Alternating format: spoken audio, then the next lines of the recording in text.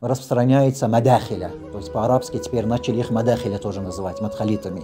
То, что кроме Саудии очень развито это в Алжире, Марокко очень сильно развито.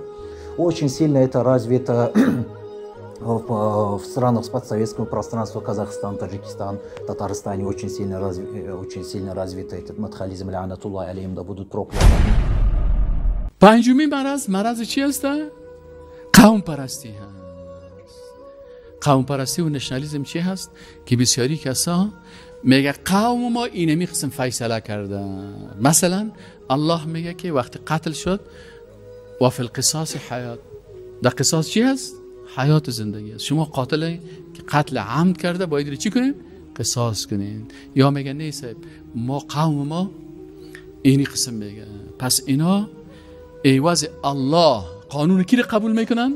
قوم خدا. پس اینا قوم پرست هستن. قوم پرست هستن.